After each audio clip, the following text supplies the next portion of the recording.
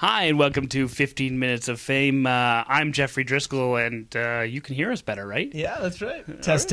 Is this thing on? Is it on? I'm Jim Kerr, by the way. All right. Let's get right into it, Jim. We're into the second round of the NHL playoff. Well, hold on. Aren't we doing our royal wedding segment right now? Oh, that's right. Yeah. We're not. Man, did ever William look good in that red thing he was wearing? That was and he nice. had a sword. That was cool.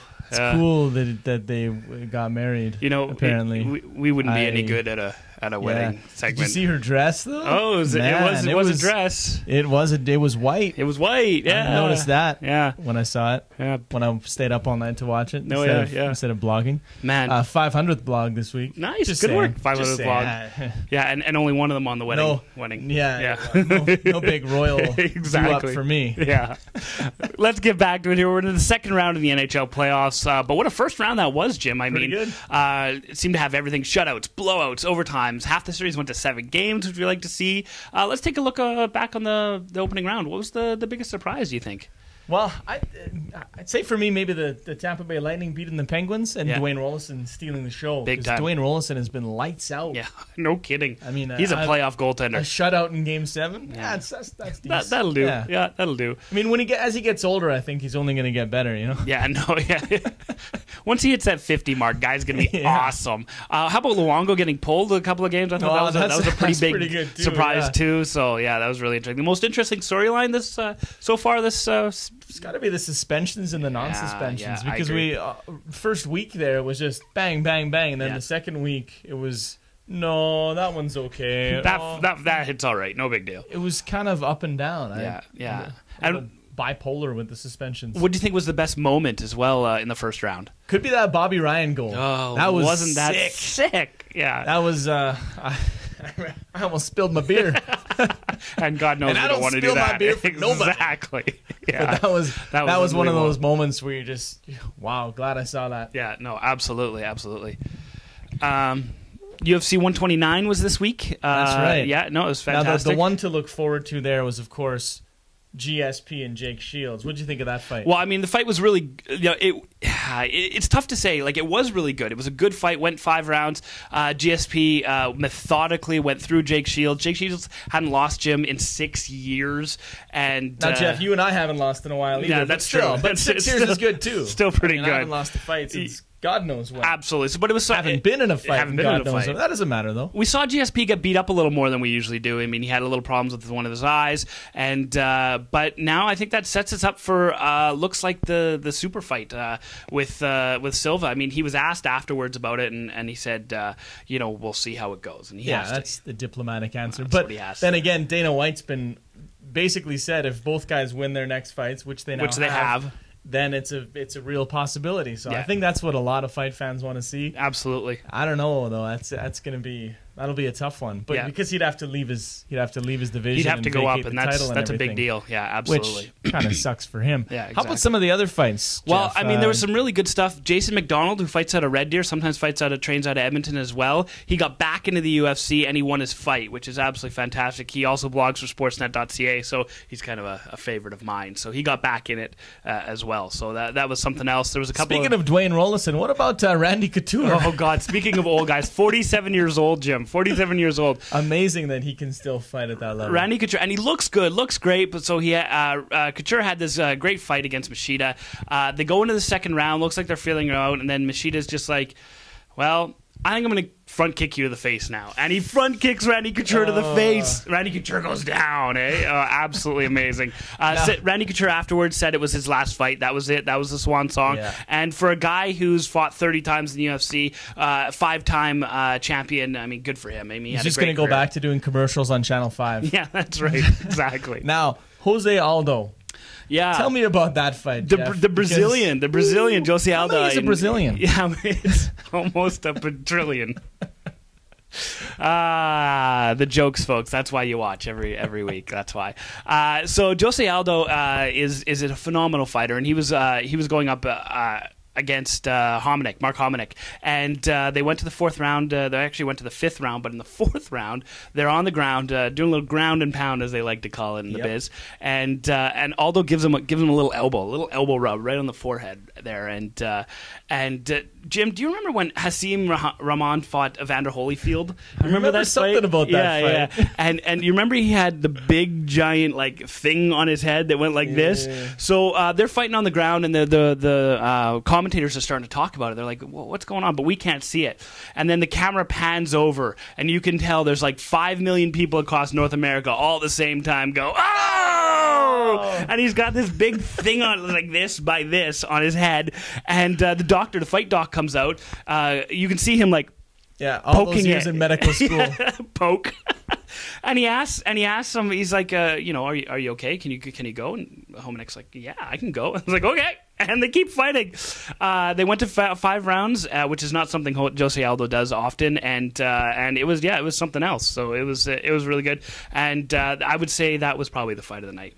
Almost 56,000 people in attendance. Absolutely, yeah. I think it's safe to say that Canada enjoys the UFC. Loves the UFC, a little bit. Yeah, absolutely.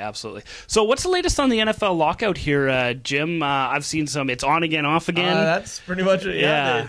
They said, okay, yeah, you guys can go back. You can't train, but you can use some of the facilities, and you can talk to the coaches. You can talk to the coaches. Look at the playbooks. But then the owners had their appeal go through. Yeah. So the lockout was back on as of Friday night. So is this thing going to be fought in the courts, Jim? That's the way it looks like it's going to be, and that's kind of unfortunate. Yeah. But the players started reporting for work again, and then they had to. Yeah, and then back to whatever they were doing. Exactly. Playing Xbox. We're going to go to the GABBYs now. These are the good and bad by you. We take the best and the worst in the world of sport, and we talk about it. Sometimes we make fun of it. Yes, we do. On the good side, let's talk about baseball players. We've got Ben Zobrist and Andre Ethier. Zobrist set a Tampa Bay Rays record with 8 RBIs in the first half of a doubleheader on Thursday, and followed that up with his second homer of the day in the second game, and he got 10 RBIs in one day. Absolutely amazing. Ribbied for our pleasure. Exactly. How about Ethier, though? Broke a 40-year-old Major League Baseball record for the month of April with a 23-game hit streak. He got it up to 26 games by this weekend. That's pretty good. Absolutely. What's the best one of those? I'm not sure. I think it's a bit more than that. But, to be... I read a comment from him, to be on for an entire month. Oh, absolutely. It's just... You don't... Well, they play a lot of games in baseball. Oh, do they? The fact that they played that many games in 1 month shows you just how amazing that is. But no, absolutely. Broke Joe Torre's old record. Oh, really? How about that? Nice. I like it. Now, still on the good side. Yes. We've got Joe Thornton. My boy, Joe Thornton. Yeah, he's a beauty. Jumbo Joe. But he has never been more of a beauty than when he scored the series-clinching goal in overtime against the LA Kings last week. Channeling his inner Theo Fleury and just skating up to center ice and falling and sliding. He said afterwards that he didn't know what to do. He was talking to Ray Ferraro on TSN. He goes, I'm usually the guy making the pass. I didn't know what to do, so the ice looked kind of slick. So I liked it. And that was nice. But further to that, we got Nathan Horton scoring 2 overtime winners in 3 games. So clutch. And Alex Burrows. He's one of those guys you love to hate. But a goal, a missed penalty shot, and the overtime winner to exercise the demons for the Vancouver Canucks. Absolutely. It was something else. I mean, good for Jumbo Joe. I'm a big fan of him, obviously. And it's nice. I like that, too. He doesn't know what to do. He's never scored a goal like that. He doesn't know what to do. Just skates up and slides on his back. I guess we'll go on to another good here after making... after making $50 million move. There it is. Sorry. There it is. My reading's not working out too well. Here we go. Reading? Yeah, my reading. Let's start over again here. After making a £50 million move, that's what got me mixed up, if you guys at home are wondering, from Liverpool to Chelsea back in January, Fernando Torres finally found the back of the net in a 3-0 win over West Ham. The goal snapped a 15-hour stretch without a goal for the Spanish international and just over 730 goalless minutes for Chelsea. Jim, if you made £50 million, would you possibly score a goal, even if you were playing right now, possibly score a goal earlier than him? Me, myself, probably not. Oh, well, I don't know. I don't know who would pay 50 million quid for this guy. Yeah, there you go. But, further to that one, Chelsea is now 3 points back of Manchester United for the Premiership. They play each other next weekend, so it's going to be a good one. Oh, yeah. On to the bad side, we love the bad side. We love the bad side. Yes, we do. We have to give a bad to Canucks GM Mike Gillis. We all remember hearing what Mike Gillis had to say this past week, saying that there wasn't a level playing field because the refs were this and that, and we're not saying anything about the refs. It's just these are just the facts. Pulled out his little bit of paper. Yeah, here's the facts. This is what it is. But come on, man, you're an NHL GM. You got to stay away from that. No, and even more so, Chicago was the second least penalized team in the NHL this season. Vancouver had taken something like 70 more penalties during the run. Yeah. So yeah. Of course you're going to take more penalties. Yeah, absolutely. The GM's got to stay out of that. And I don't know if it was just a diversionary tactic because his team was going down fast. Yeah. If that was what it was, kind of like Gretzky did in the Olympics there in 2002. Yeah, a little bit different. a little bit, but a lot. Maybe that's what he was trying for, but I don't really understand. You're absolutely right, Jim. Shouldn't be making excuses. Shouldn't be making excuses, exactly. We're going to give a bad to a couple of red cards this past week, Jim. FC Edmonton Sean Psycho was given a straight red early in the Cubs' eventual defeat at home to Toronto FC for what was really a 50-50 challenge. It was bad. Yeah, worse though was Pepe's red card late in Real Madrid's Championship League semifinal game against Barcelona. He was sent off for a challenge on Dani Alves, who needed to be stretchered off, but replay showed there was no contact. I love soccer, Jim, so much. And Alves ran back onto the field right away. Barcelona went on to win 2-0. Soccer. The whole thing sometimes it's absolutely it was a hell of a game, but that unfortunate and Jose Mourinho, the coach of Real Madrid, got sent to the stands, to the bad boy chair for complaining what turned out to be completely legitimate, a complete act. Yeah. So that's too bad. Yeah. But our final bad, Jeff, and this one cuts you deep. I know it does.